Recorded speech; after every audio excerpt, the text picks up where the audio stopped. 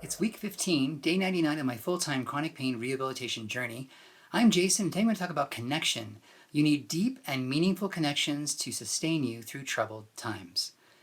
First, though, a quick status update. There is so much to tell. I'm going to try to be really concise, but because my last couple of videos have been really short, I haven't given you a lot of this information. So, the first is I'm going through sleep detox still. The good news is I slept 5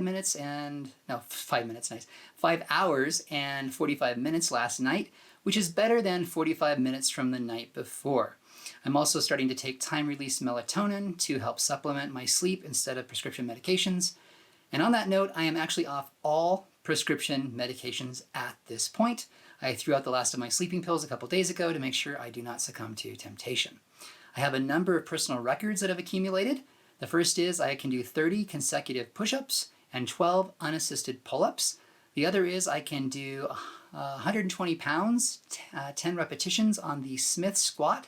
That is a vertical squat where the bar is guided by some vertical guides, and that keeps me from falling off axis or hurting myself, but it's upright, which is something I have not done before, so I'm making progress there. I also started a new therapy today at the Stretch Zone. It's a location that does assisted stretching for about 30 minutes, and I have my consultation today. This should help me to compensate for the persistent back tightness I've been having, lower back tightness, that's kept me from doing some of the leg exercises I want to do. As of now, I am paying for at least 5 memberships. I have my gym membership, I have the fees I'm paying my personal trainer, I pay a recovery center, I have a chiropractor, and now the Stretch Zone. So I'm hoping at some point some of these fall off so I don't run out of money. My tip for today is to listen to your body. I keep saying this over and over again, but I'm doing it because I am tempted not to, even now, which means you will probably feel the same temptation. I was too sore to lift yesterday. Because of the constant sleep deprivation, my body is not regenerating quickly, which means my muscles stay sore for quite a bit longer, and it accumulated too much soreness upper and lower body to go back to the gym and lift. What I did do is go back to the gym and do some core exercises and cardio instead. And today I decided not to do the decline squat because, again, my lower back is acting up, and hopefully the new stretching of the Stretch Zone will help with that. On today's topic, connection. Deep and meaningful connection. This is by far the most trying time of my journey. These last few weeks have been the most brutal because of sleep deprivation and the aggressive therapies my physical therapist is now doing to mobilize the area of my back that, as he described, is a brick. My pain levels are high, I'm really tired, and so it's been very, very difficult to keep going and sustain myself. But one of the things that has sustained me is connection. Deep and meaningful connections to a number of individuals, which I'm going to go over. Some of these connections that I experienced today were deliberate. I reached out deliberately to people. Some were coincidental, but all of them were meaningful, and most of them quite deep. So the first connection I try to maintain that is meaningful and deep is to myself. It may seem strange to you to hear that you can actually become disconnected from yourself, but it is true. If you don't put yourself first and you don't do things to ground yourself, you can actually become unmoored. And for me, the question is, how do I do this? The gym is a critical component to this. I actually consider the gym to almost be like a shrine, a holy place where I go to essentially set myself right. Family and friends, that's another place where you can make meaningful and deep connections. And today I made connections with 3 individuals in my family. One is my own brother, who's going to attend an ayahuasca ceremony with me in June.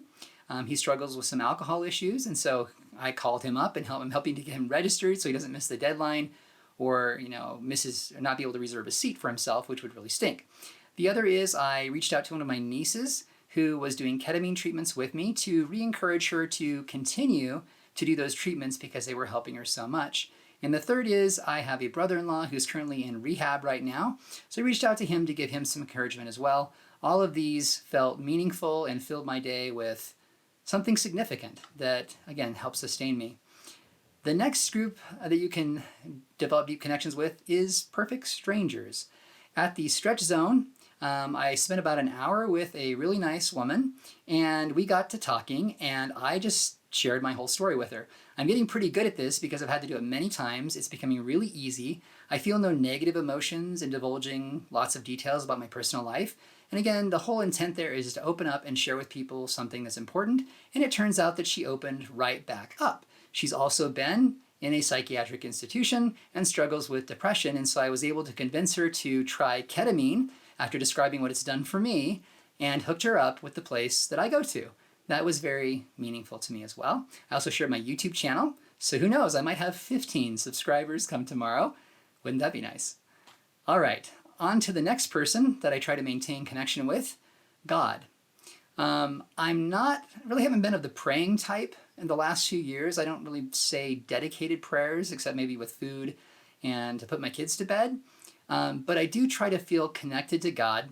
I try to keep God on my mind a lot of the time during the day, and I try to keep myself open to impressions that I receive. I don't discount them. I take them seriously. I'm hoping to deepen this relationship over time, but I do try to stay connected with deity. There are probably other individuals or things that you can stay connected to that will sustain you in your journey. Don't consider my list comprehensive, but it's a place to start. And after having a day like today where I felt connected to just about everything, I asked myself, why don't I do this more? It's crazy not to, because it is in essence the bread of life. It sustains me, it keeps me going, and uplifts me and fulfills me. It's fantastic. So today was awesome, despite some sleep deprivation and ongoing pain. Fighting for your life means staying connected to yourself and those meaningful to you. It's deep and meaningful connections that will sustain your fight. If you find my videos helpful, please pass them along and don't forget to subscribe. And until next time, keep fighting for your life.